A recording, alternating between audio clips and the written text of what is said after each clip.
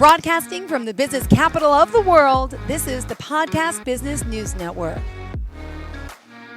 Welcome back to the show. Diana Bejasa joining us here. We're talking a little bit about that self-care hustle today. But first and foremost, who is Diana? She's amazing. You got to go right to her YouTube video. By the way, I clicked on the link before. I haven't watched your 150-second video in a while. But I did, and you guys need to do the same too. She's a burn through catalyst speaker, fueling your fire, don't burn it out. Life coach, you name it, she does it. She's an author as well. Let me have you introduce yourself. How are you, darling? Hi, Jill. My name is Diana Bejasa, as Jill shared, and I am a life coach helping high-performing leaders who want to achieve their top goals, but don't want to work themselves in the ground to do it. And I'm all about disrupting these outdated personal development myths to prove that it's not about working harder, it's about working smarter for high achievers. Beautiful. Really next level success strategies, as she says, and going to help you get through that burnout, revitalize that energy, which is how she's living her life. I mean, not easy as a single parent and raising a little girl and the struggles as a mom. You know, babies get up in the middle of the night. Maybe they need to nurse. Maybe they're not sleeping well, but we all go through something. But she can really empathize. She deals with it all the time and has. So Savor Life with Diana. Of course, that's her website. You can Google her, find out more about her. Click the little code there, right there on the screen. And I just want to say, thank you for being here. As always, she's just, we've known each other for months now, but she's a great person, conversationalist, mother, entrepreneur. There's a lot to you, and probably, I know you're a chef, so probably a great cook too. I can't say that for sure because I haven't tasted anything you made, but you are awesome, and you really can empathize and relate to so many of us women out there. And thank you for being here to help so many on their journeys and working through some of the tough times in life. That's what it's all about. And we talk about self-care a lot, and people talk about it, but is it really working? Today we're talking about that hustle. So why maybe it's not working and what no one's talking about. Give me the overview on self-care, Diana. Go ahead. Yeah, I want to talk about the self-care hustle, and I mean that in a couple different ways. So, I want to talk about it just in terms of the business of self-care, as well as the ways that it may be not serving us exactly in the way that we think. So we might be actually getting hustled ourselves.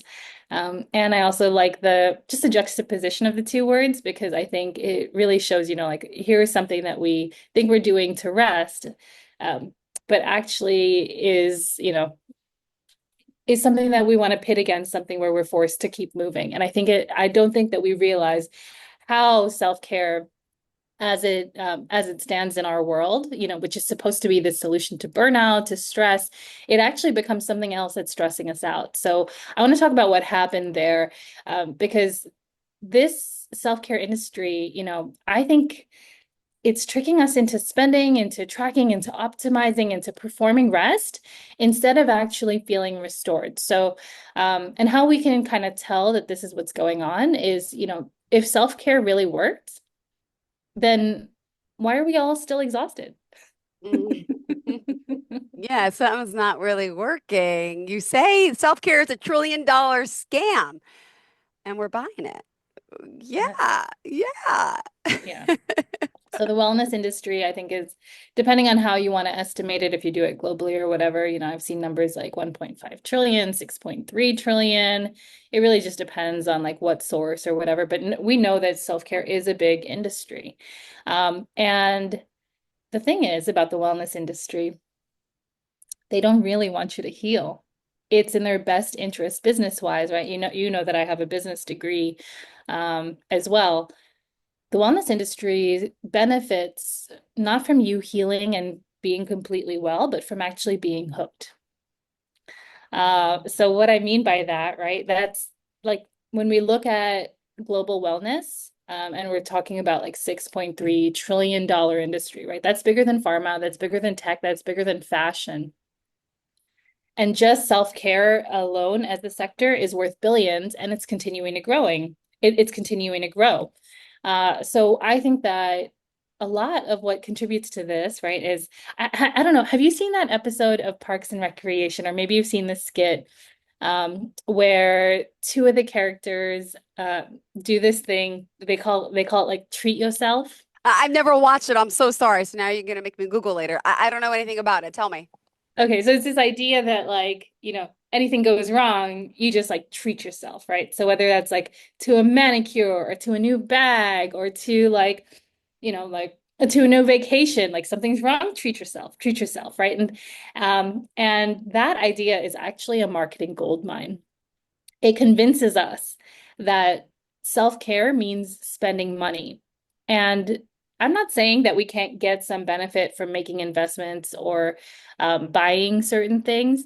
But the thing is that we want to look at is that dopamine hit, right? Because it fades fast. And so we end up feeling just as empty or as exhausted as we were when we just started. And I remember for me, I think I've talked about this before, but I remember being like really stressed out one time and like when I was working on the trading floor on Wall Street, and I think I was on the Saks website, and I saw these pair of like Valentino shoes, and they were super expensive. I want to say like 800, $900, more than I'd ever spent on shoes before. And I bought them, and I felt that dopamine hit of like, these shoes, they're mine, they're beautiful, they're red patent leather. I still have them to this day. I love them. But as soon as that hit happened, it faded just as quickly. And I felt just as empty. And I was like, oh gosh, like that was actually the moment that I realized that no amount of money spent was going to fix how empty I felt and how exhausted I felt. Oh, Um, and I think that like there's just this way that we're kind of convinced that like we need to spend money, we need to spend more money to feel better. And I do think we need to make investments and do things that are right, but we got to look and see, is this something that just feeds me for a moment, or is it something that sustains me for a longer time? wow. Great story. I've one time spent $1,200 on a pair of shoes, and to be honest with you, they were in my closet. I don't even know the name of them. And and can I tell you the truth? I thought, I put them on, and after like a few minutes, they're killing my ankles because they have like these special straps with diamonds around it. And I'm like, oh, this is so pretty. And I'm like, what a waste of money. Like I thought there was gonna would be everything, and I could barely walk in them. I'm like, but I totally can empathize and relate with thinking that I need to buy something, that feeling of that high of something new and looking good and feeling good. And then I'm just like, wow, I'm better off in like my Payless sandals. But remember Payless? Yeah, of course. Who doesn't? But yeah, it's so interesting how like, and there's like this idea that if you spent $1,200 on shoes, that they're really much more special, or like they'll make you feel even better than a pair of Payless shoes, right? And um, not saying I do respect craftsmanship, you know what I mean? And I know that there's a lot of craftsmanship that goes into high-end shoes. I still really appreciate them, but they're not going to make us feel better. And we got to look and see where is this Mhm. like a marketing ploy versus something that truly serves us, right? Like I think about one of the things I wanted to talk about too was like the whitewashing and the capitalization of yoga, right? Of breath work, of meditation. These are all like sacred ancient healing practices that now in our modern day world are $200 boutique classes, right? Where you wear like a fancy outfit, like you have a whole yoga clothing industry, right? Like so somewhere along the way through capitalism, healing became a luxury instead of a birthright, right? Like if you look at, and I'm not pretending to be completely educated on like traditional ancient yoga or breathwork or meditation or any of those, but those practices are free, right? Like Yeah. if you're going Tibetan monks, they're not charging you for an app, right? And like if you're going to do yoga in India, there's no like outfits that you need to wear. Like a lot of them are wearing like their regular clothes, right? So Mhm. somehow we've changed healing into something that's capitalized. It has like an outfit. It has like, an app to that, right? Like, and why I'm mentioning this, because I do use some of the apps. I do think some of them are valuable, but there's this consumer culture that has permeated into self-care where again the focus is not on rest anymore and Hmm. relaxation and our well-being. The focus is on making money Yep. or spending money. And then I mean, with social media, you watch all these influencers and like, let me just say the Kardashians, and they're in a different outfit every day. And then they're on the cover of People because they're wearing this bag and holding that bag and J-Lo in her jeans. And I'm like, I want that. Like, it's just such a, it makes, yeah, it makes you feel less worthy. It makes you feel Yeah. like I have to have it. And then it's just like, it doesn't work that way. Yeah, even you're right, even the media, right, is part of the issue, Hmm. right? Because they're exposing and glorifying these different things um and they're making us feel like, oh, if we don't have that, then there's something wrong or there's something missing from us. So I really think that rather than looking at self-care as something that we're supposed to buy, Yep. we can look at it with a different light because if Lens. rest always comes with a receipt, then we've been sold a lie. So rather than buying another fix, what I suggest, right? Because again, I use apps, I take classes, I give classes, right? So I don't think that it's an entirely terrible industry or something like that. I just want to point out that like a lot of it is really just consumerism in disguise. And what we want to think about instead is how can we make real investments in what heals us, right? Like a lot of things that are truly healing, like the original ancient forms of breath work, meditation, yoga, they're free, Yep. right? Laughing with someone who you love is free. And that, like, have you ever had one of those times, Jill, where like you're just spending time with somebody and like it doesn't even matter what you're doing. You could be like literally just sitting on the couch and you have like the best time and it feels more invigorating and relaxing than like the $200 massage. Have you ever had that happen for you? Yes, absolutely, positively. Yes. Right. Yes. So why do we waste money on those sort of things instead of it on investing in the relationships, right? And I'm not saying I I love know. massages too. I'm all about it, but I'm just saying like where do we spend more money? Where do we spend money to fix something as opposed to really investing, right? Like You're a right. massage can be an investment, but sometimes if you're just spending money on massages all the time or getting your nails done all the time or a new outfit all the time, if you're just treating yourself, that's not self-care. No, That is consumerism. so true. Holy cow. Oh, I get so guilty. It just happened this weekend. Same concept of my personal life. And I'm like, oh, let's go to dinner. Let's go. And then we go to dinner. And then the bottle of wine is like $200. And then I'm like, oh, I need another bottle of wine. And then as soon as I get the second glass from the second bottle, I'm like, I don't even want this. Why did I just waste his money on that? Like, but I know. I get it. I get it. Oh, I could have had water. Yeah. Well, I mean, if you're wasting his money, then I I don't know. An issue with It that. was a date. But yeah, you know what I mean. You're right. You're right. It wasn't mine. Okay, good. Maybe a bad analogy, but sorry. Oh no, I'm just teasing. But yeah, like there's so much that can be free or that can continue to pay dividends when if we're gonna buy something. So meditation, I do use an app. I like the Insight Timer app because Hmm. I just really like the timer function of it. And I'll tell you, I am guilty of liking something that we're going to talk about in a little bit. Another feature of the app that actually like makes rest more like productivity as opposed to true relaxation. But I think that if we're going to make investments, let's at least invest or use things. If we're not going to, if we don't, if the free option is not cutting it, or if that's not the only thing we want to do, let's at least make investments in things that are going to pay us forward, right? So, like when we look at deep nervous system healing, right? When we learn self-healing things, or when we learn how to properly do breath work or those sort of things, like I think skill building is Yeah. worthwhile in terms of an investment because that's something you have for life. But something that's consumable that like after you have it, like you never, you need to buy it again in order to experience it again. Like those are not as high value in my eyes when it comes to a self-care investment. No, it's really not. Diana, just remind us how we contact you here. We're savoring life, savoring the conversation. Good show. Always great conversation. Got me thinking, and I hope it's helping you think too. Go ahead, sweetheart. How do we reach you?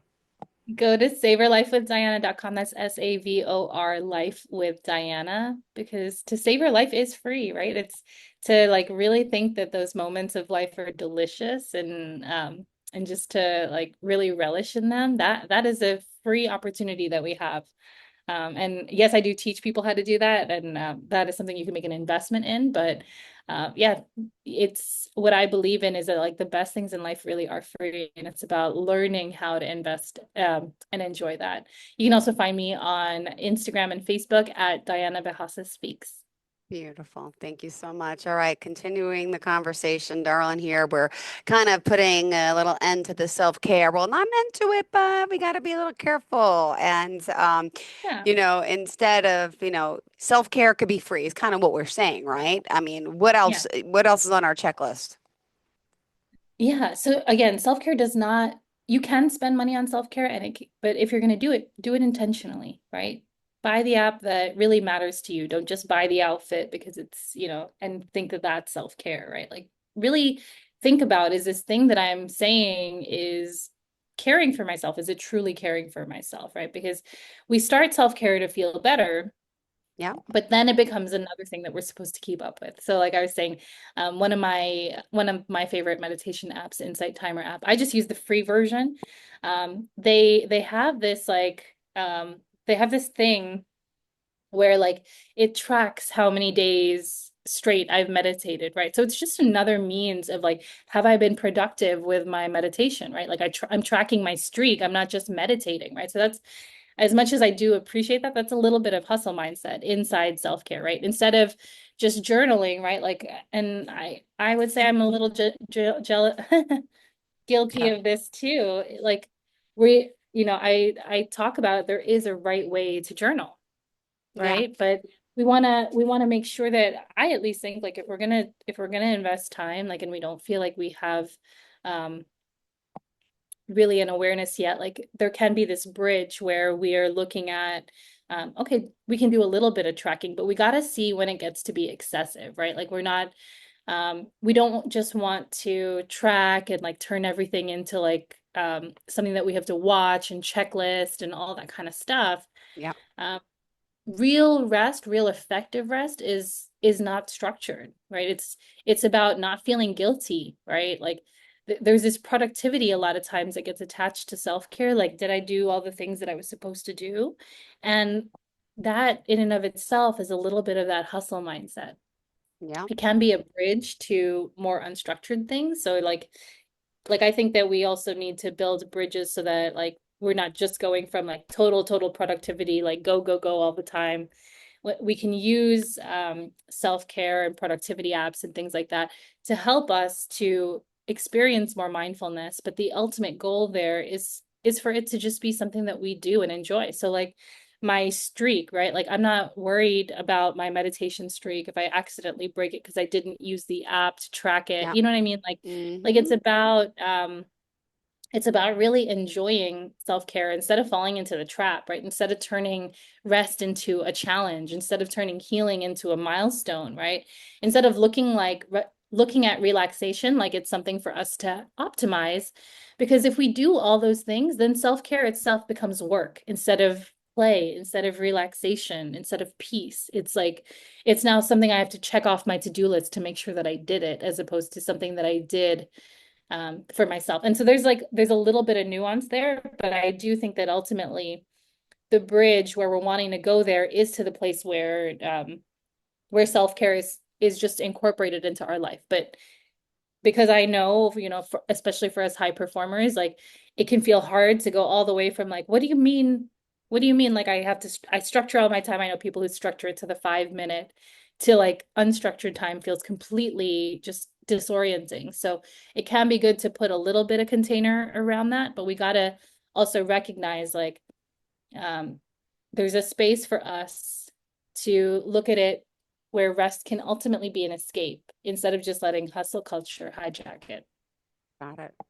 My goodness. All right. By the way, Diana, as a mom, as an entrepreneur, and I still always forget, it's so funny because when I, think about you and your jack of all trades, I always forget the whole stock market career too. And you're so young too. I always forget that one to add to my list. Can I just ask specifically, what did you do at the stock market exactly?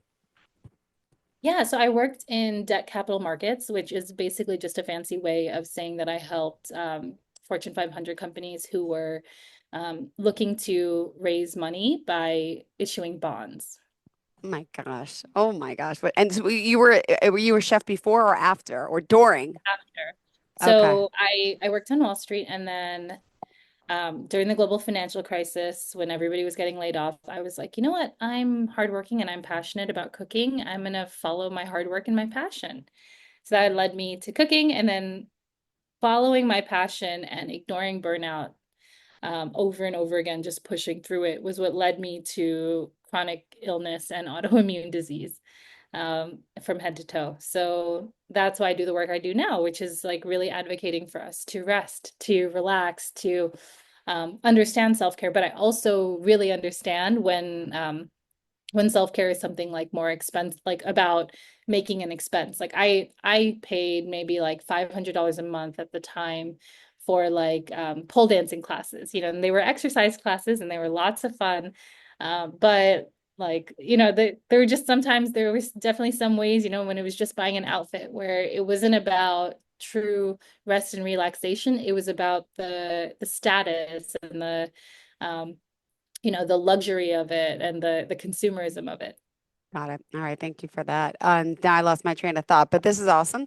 Diana, we're savoring our life with her. Yes, we are having maybe some issues with relationships, with work, with life in general. Hey, guess what? She can help turn those sleepless nights into, great days, and you're gonna get good rest because she's here to talk more about, how she's helping you and can help so many people. Yeah, today's topic is self-care, obviously, but she does a lot. And in her, on her website, I urge everyone to check out her testimonials, what people are saying about her. And for example, there's a Jessica saying, "I radiate so much positivity now that my friends hardly recognize me. Who are you?" They ask. They've missed my smiling face. None of us thought we would see it again in our lifetimes. This is from a woman named Jessica who was like totally changed by working with you. Joanne says, "I didn't think this program would work because nothing else has ever worked. I'm so grateful I took the risk. I signed up for Diana's coaching session and my life was never the same again." Meeting Diana, this is from Brandon, says, "It was a blessing. Everything changed. Now I have about 20 women trying to date me for real, and they're all our matches. So whatever the block was is history." I mean, there's a lot. We're talking about, yeah, making more money, exceeding our life goals, relationships, self-improvement. There's some great testimonials. I just want to add that to the mix. Go to the website. Thanks. You're welcome. Yeah, I yeah. love it, love it, love it, love it. All right, we still got plenty more time here. We got 8 minutes left, sweetie. What else do you want to add? Yeah, I want to talk about we talked a little bit about this, but like the difference between performing self-care and actually feeling rested. And for me, what I think this is about, there's like this distinction between what's frivolous and what's a real investment, right? And like, again, coming from my finance background, I think a lot about this because there are things that you buy that you think are an investment, but they're really not. For example, like cars, right? As soon as you take that car off the lot, it loses in value. It depreciates fast. Like it's not necessarily like, we think of it because it's an expensive purchase as an investment, but it's not. Like it's unless you're buying like a vintage car, and even in those situations, the amount of upkeep that you have, like it doesn't often pay off. It's really much more frivolous. So I think that we want to look and understand and see. And I'm not saying never cars are never an investment, but I'm saying in general, most cars are not. Um, what's the difference between like, am I really purchasing something that like has a shelf life? Or am I purchasing something that's going to continue to pay me over time? So, like I was saying, like learning how to meditate, right? Or learning how to reset your nervous system or investing in quality rest is very different than a face mask, which I still love, expensive spa days, or buying the next thing, or just going on an expensive vacation, like the rest you're going to get at the Four Seasons. Yes, the pillows are fluffier and all those things, but like, is it really, really worth it? And that question comes into play for Yeah. everybody in a different way. But I'm just pointing out that like these consumable things that need to be repeated, right? Like even retreats to a degree, if there's no real learning in them, and if it's just like I'm going to step away for a moment, that nervous system reset there is palpable, but it's also something you're going to need to repeat. You're going to that investment does not end there, right? Like you're going to have to buy it again if you're going to want to feel that again. So that's why when I host retreats, like I'm very much about like, okay, let's actually learn something. Let's turn this into something meaningful so that yes, we're resting, but we're doing it in a mindful way so that we're really helping ourselves and making an investment in our future. Oh, So if we're wanting to break that hustle, right? If we're wanting to not just get caught up in that cycle of hustle when it comes to self-care, um, I invite you to ask yourself, instead of saying like, what should I do for self-care? What do I want? Right? Consider what you actually need. And maybe like we were saying, like maybe it's a yeah. conversation with a friend. Maybe it's just like, I think of this as a form of self-care, but I sometimes canceling something on my schedule is a form of self-care, right? Like I don't want to do that meeting. Like I just need time. I'm going to take the time, right? Yeah. Um, because the thing is too, right? Like when we want to check in on our energy level when we're investing in something that's self-care, right? Because if it's making us feel more exhausted or overwhelmed, then it's not self-care. And that's why a lot of times just a strict vacation to me is not self-care. Because we come back, we're more overwhelmed, we're more exhausted because yeah, we got to rest while we were there, but now as we return to work, we're feeling even worse.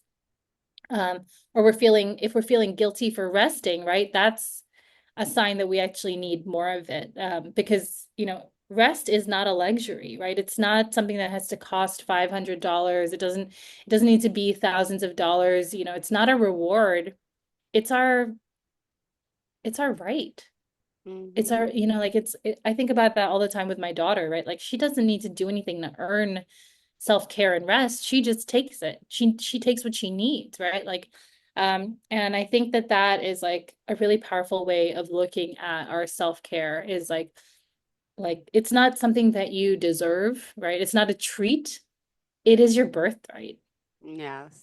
Yes, it is. Thank you for that. Yay. Oh, see, you have me thinking all positive and good today. And sometimes you need to pick me up. And in life, you need it. Some days you need it more than others. And sometimes you really need it for like, the long haul. And clearly that's what you do. And you're helping so many with this. Thank you so much. Got to wrap up here. We have 2 more minutes left. How did you want to end off for today? Yeah, well, I just, if this conversation sparked something for you, if you're starting to think like, and like question the ways that you've been trying to rest because they really are leaving you exhausted. It's not your fault. It's just that our body needs a different kind of recovery. And I recommend, right, like what I found has been game changing is not just taking another vacation or moving to Hawaii or changing jobs or doing a lot of the extreme things or expensive things that we think are going to fix everything, but really looking at developing better skills for regulating our nervous system for true recovery.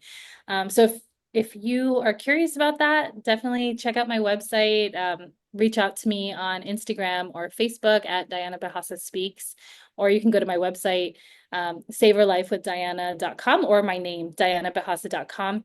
There'll be a link there for a webinar, a masterclass that you can attend if you want to really understand more about chronic stress. But there's also a link there to schedule a free one-to-one session with me. So that way we can really look at like how is stress affecting you, Yeah.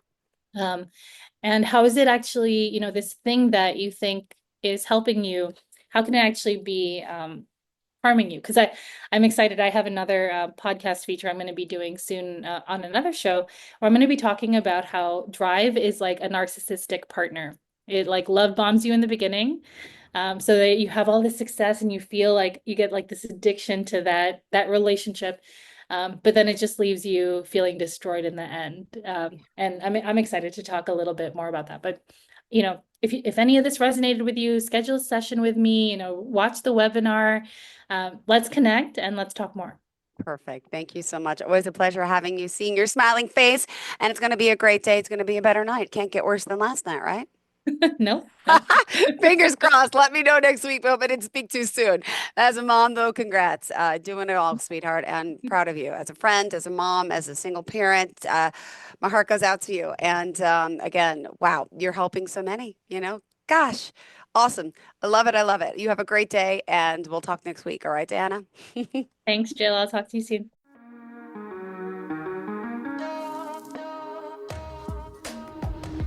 Broadcasting from the business capital of the world, this is the Podcast Business News Network.